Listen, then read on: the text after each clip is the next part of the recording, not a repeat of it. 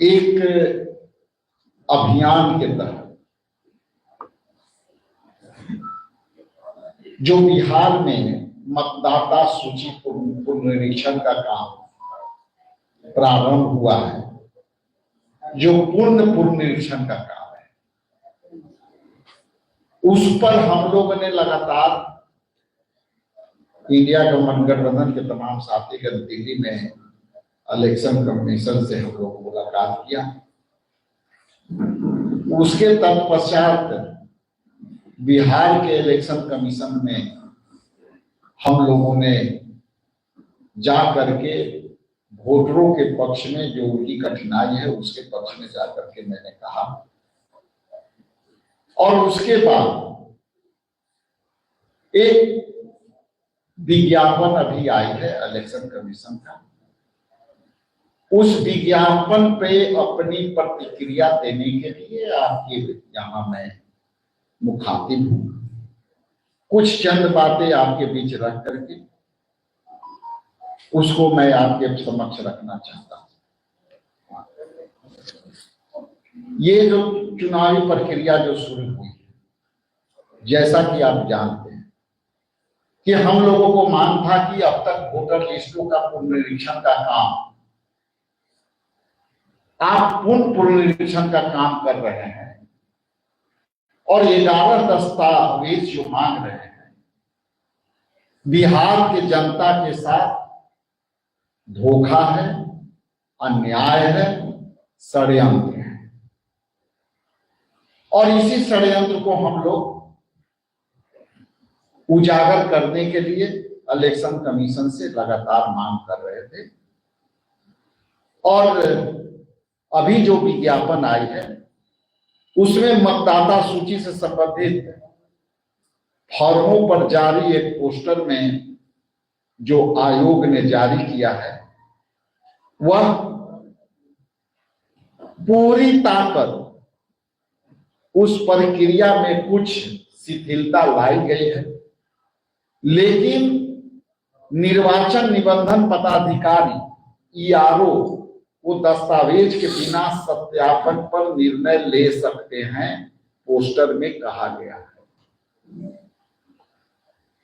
इसका मतलब यह हुआ कि कुछ प्रक्रिया आपने शिथिल किया, लेकिन सारा अधिकार ईआरओ को आपने दे दिया और आपने कहा है कि आप इसको विवेक से निर्णय ले सकते हैं। हमारी विरोध इस बात से कि क्या एक पदाधिकारी जो सरकारी होगा और सबसे जो कैटेगरी के एम्प्लॉय होंगे, क्या वरीय पदाधिकारी के प्रभाव में काम नहीं करेंगे? इसलिए हम इस बात को आपके बीच रखना चाहते हैं कि निर्वाचन निबंधन पदाधिकारी ईआरओ दस्तावेज के बिना भी सत्यापन करेंगे, लेकिन उनका विवेक भी उस पर थोपा गया है, वो अपने विवेक से काम करें। यदि आवश्यक दस्तावेज और फोटो उपलब्ध नहीं है तो बस नामांकन और फॉर्म भरे और उसे बूथ स्तर अधिकारी बीएलओ को देते हैं। इसमें आगे अहम बात यह जोड़ी गई है कि यदि आप आवश्यक दस्तावेज उपलब्ध नहीं करा पा रहे हैं तो चुनाव रजिस्ट्रेशन अधिकारी स्थानीय जांच या अन्य दस्तावेज के आधार पर निर्णय ले सकते हैं। जो पहले मैंने कहा कि वो स्थानीय स्तर पर उनको लगेगा कि राजेश कुमार सही भरे हैं, ये सही है तो मानेगा, और नहीं तो लगेगा कि ये सही नहीं है तो वो नहीं मानेगा। इसके बाद यदि इसका अर्थ यह है कि ईआरओ उन लोगों से मिलने मौके पर जाएंगे। जिन्होंने दस्तावेज जमा नहीं किए हैं वे यह सुनिश्चित करेंगे कि फॉर्म भरने वाला व्यक्ति 18 साल का है या नहीं है।